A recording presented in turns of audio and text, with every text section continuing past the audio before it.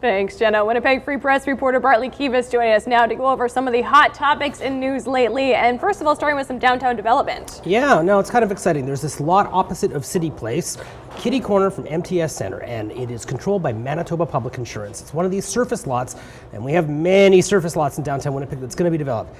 Longboat Development Corporation, which is the Chipman family's real estate arm, was tasked by Manitoba Public Insurance to do something with it, and earlier this week they unveiled a plan to build 3 buildings there and a big T-shaped public plaza on the site.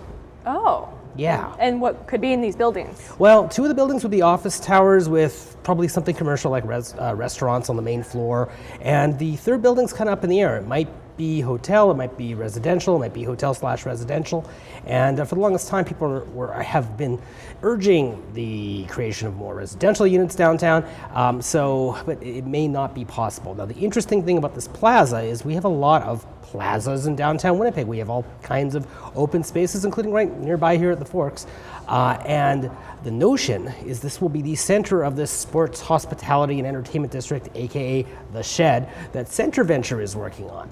So the real question is, do we need another big public space downtown? Will that bring more people there, or would someplace where people actually live bring more people downtown?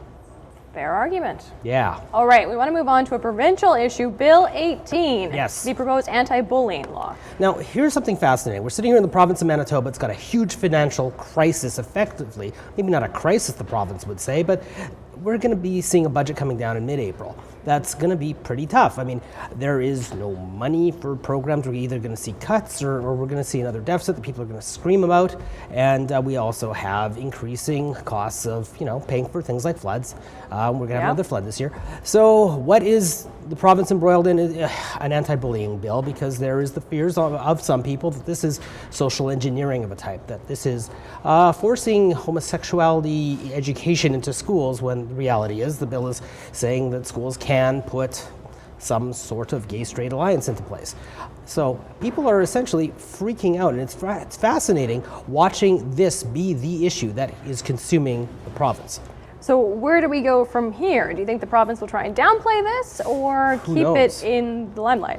I think nobody expected it to be the limelight. The bill actually was tabled back in December, and it was only at the end of January that, as my colleague Bruce Owen wrote about, that it sort of started taking on a life of its own. We're going to have that budget come down in April. We're not even going to see this bill debated until May, so this actually could go on for a very long time. And it'd be fascinating if this is something that, actually the opposition can actually seize upon. And the opposition, the Tories, did not initially actually complain about this. No, and now? And now it's quite the hot button, especially outside of Winnipeg. It's amazing how quickly things can change once people start talking about it excessively. Mm-hmm. Well, that's the interesting thing. I mean, the Tories have been trying to get people interested in the bipole issue for years, which is a very important issue, but it's sort of abstract. And when you talk about hydro lines and the effects and ecosystems and land valuations, people's eyes might glaze over. But you mentioned there's something going on where your children go to school, and people freak out.